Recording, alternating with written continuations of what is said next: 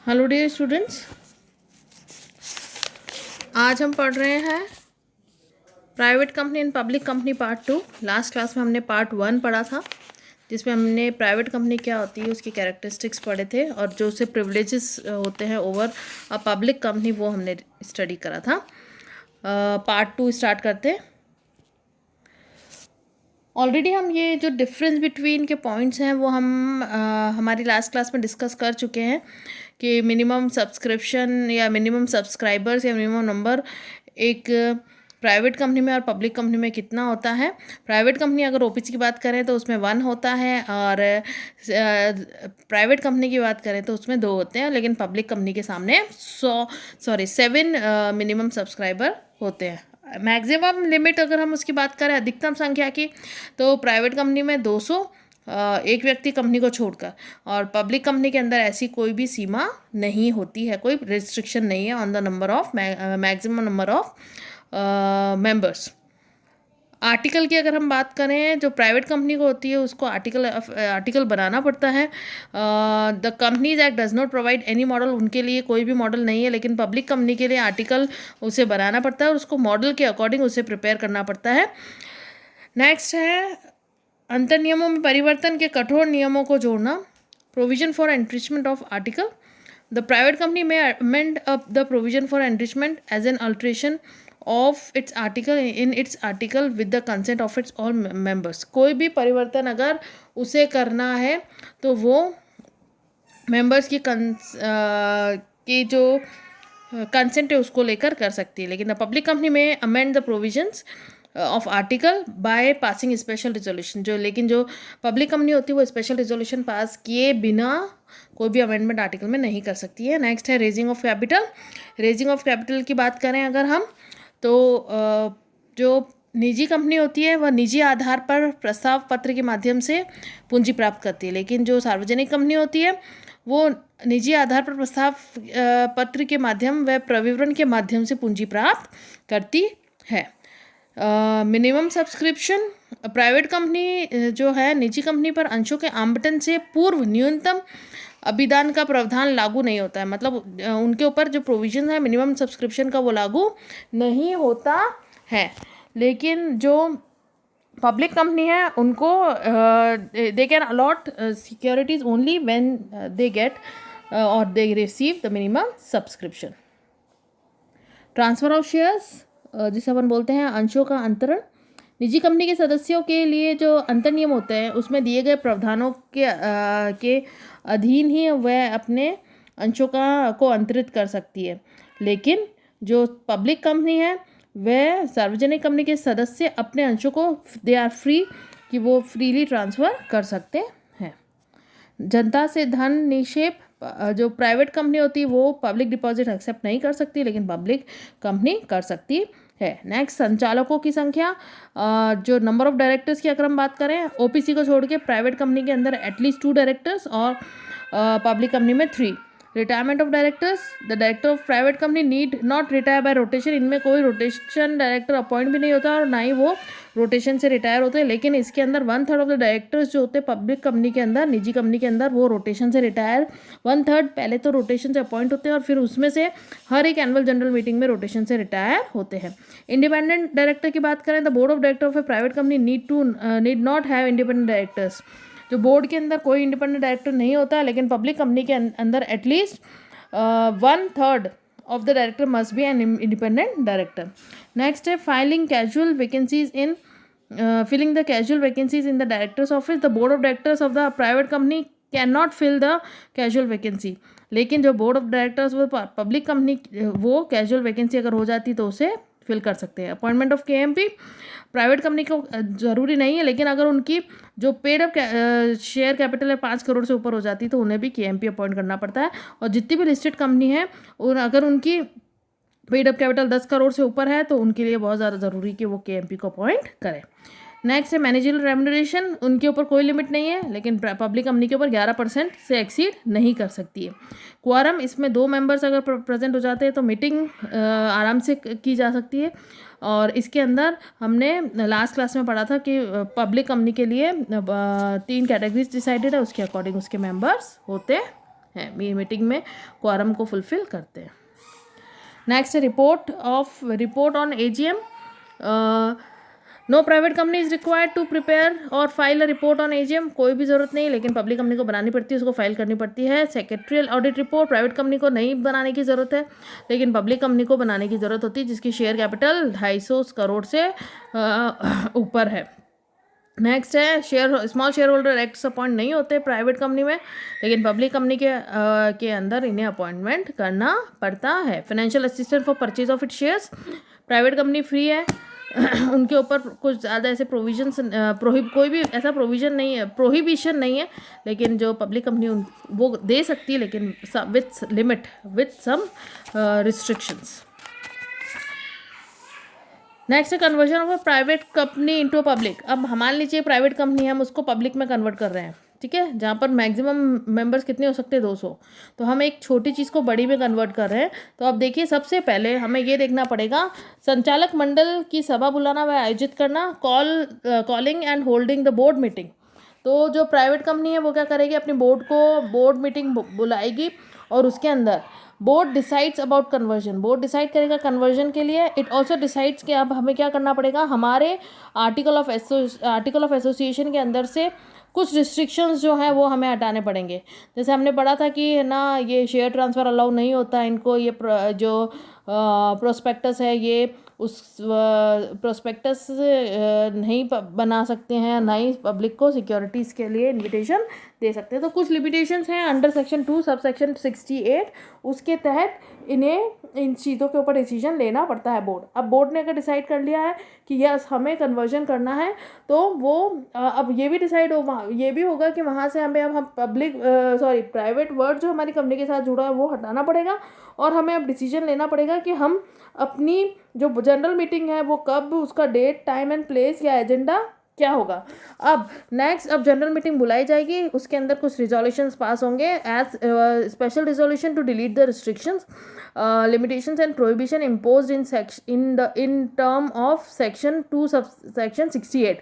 तो अब ये जो जितने भी रिस्ट्रिक्शंस थे as special resolution to delete, इसके ऊपर से इसको हटाया जाएगा। और अब क्या होगा, वो अपना प्रोस्पेक्टस भी बनाएगी, शेयर ट्रांसफ़र भी अलाउड होगा, जो भी रिस्ट्रिक्शंस है वो उसके, तो इसके लिए स्पेशल रिजोल्यूशन पास होगा। Ordinary resolution to appoint at least 1 director. अब इसमें क्या होगा, एक ऑर्डिनरी रिजोल्यूशन पास किया जाएगा और एटलीस्ट 1 डायरेक्टर उसमें अपॉइंट किया जाएगा if the number of directors of the company are less than 3। अगर 3 से कम डायरेक्टर्स हैं तो एक और डायरेक्टर का अपॉइंटमेंट किया जाता है। अब ऑर्डिनरी रिजोल्यूशन पास किया जाता है कि हमें अपने नाम के साथ जो प्राइवेट वर्ड जुड़ा है उसे हटाना होगा। अब उसके अकॉर्डिंग कंपनी क्या करेगी, अगर ये रिजोल्यूशन पास हो जाते हैं तो आर्टिकल के अंदर परिवर्तन करेगी। अब कंपनी को अपने मेंबर्स भी बढ़ाने पड़ेंगे, क्योंकि हम जानते हैं मिनिमम जो प्राइवेट कंपनी में मिनिमम 3 होते हैं और मिनिमम प्राइवेट कंपनी में मिनिमम 2 होते हैं और मैक्सिमम 200 होते हैं। और जो पब्लिक कंपनी होती है उसके अंदर मिनिमम 7 मेंबर्स होते हैं, तो उसे 7 तक अपना एटलीस्ट उससे 7 तक अपने नंबर ऑफ मेंबर्स को इंक्रीज़ करना पड़ेगा। Increasing the number of directors, अगर 3 से कम है तो उसे अपने डायरेक्टर्स को भी 3 पर लाना पड़ेगा। Next, filing documents to the registrar, अगर it should be done within 15 days of passing the resolution. जैसे जनरल मीटिंग में रिजोल्यूशन पास हो गया, उसके 15 दिन के अंदर हमने क्या करना पड़ेगा, हमें इसको फाइल करना पड़ेगा रजिस्ट्रार को सारे डॉक्यूमेंट्स। तो स्पेशल रिजोल्यूशन जो पास हुआ वो, और हमारी जो अब हमने नई अल्टर्ड या परिवर्तित जो हमने अपना आर्टिकल बनाया है उसकी कॉपी लगानी पड़ेगी। अब the above document are to be filed with the registrar in the form number INC। ये जो form number INC, I think form number INC, एक सेकेंड होल्ड रखिए, कुछ गलती हो गई। फॉर्म नंबर INC, ये मैं आपको करेक्ट जो हमारी आई थिंक इस फॉर्म नंबर INC 4 इसको देना पड़ेगा along with the prescribed fee, and the registrar shall register the same. Next है इसके अंदर INC, फॉर्म नंबर INC 3 होना चाहिए, ये फॉर्म नंबर INC 3। अब इसके अकॉर्डिंग जैसे ही नेक्स्ट इससे जाती सीसेशन ऑफ प्राइवेट कंपनी जिसको अपन बोलते हैं निजी कंपनी की समाप्ति। अब निजी कंपनी का जो अस्तित्व वो समाप्त हो गया है, मतलब हम स्टॉप हो गया उसकी। अब वो एक पब्लिक कंपनी के अंदर कन्वर्ट हो गई। अब उसके अंदर से हम जो नाम था प्रा, वो या हिंदी में प्रा या इंग्लिश में प्राइवेट, उसको हटा देंगे। क्लियर। अब आगे हम पढ़ते हैं कन्वर्जन ऑफ पब्लिक कंपनी। हम अब इसको जस्ट अपोजिट कर दीजिए। एक बड़ी कंपनी है, उसको हमें छोटा करना है। पब्लिक कंपनी को हमें क्या करना है, प्राइवेट कंपनी में करना है।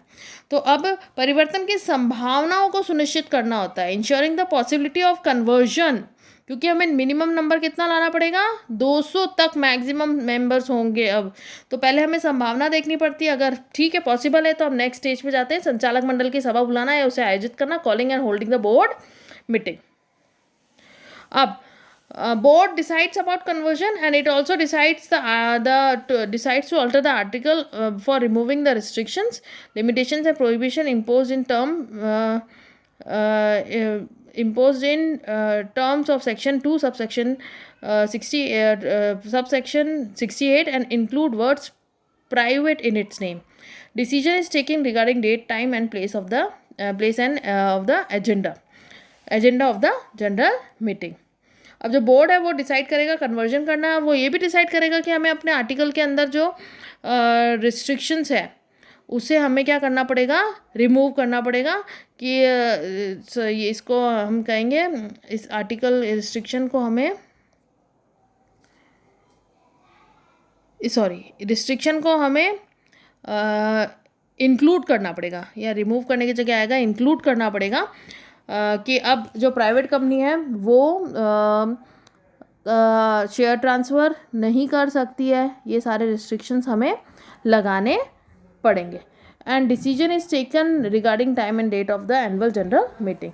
नेक्स्ट है passing of resolution as special special resolution to include the article of restriction, limitations and prohibition imposed in terms of section 2 subsection 6। अब इसके अंदर क्या होगा, अब हमें इंक्लूड करने पड़ेंगे ये रिस्ट्रिक्शंस।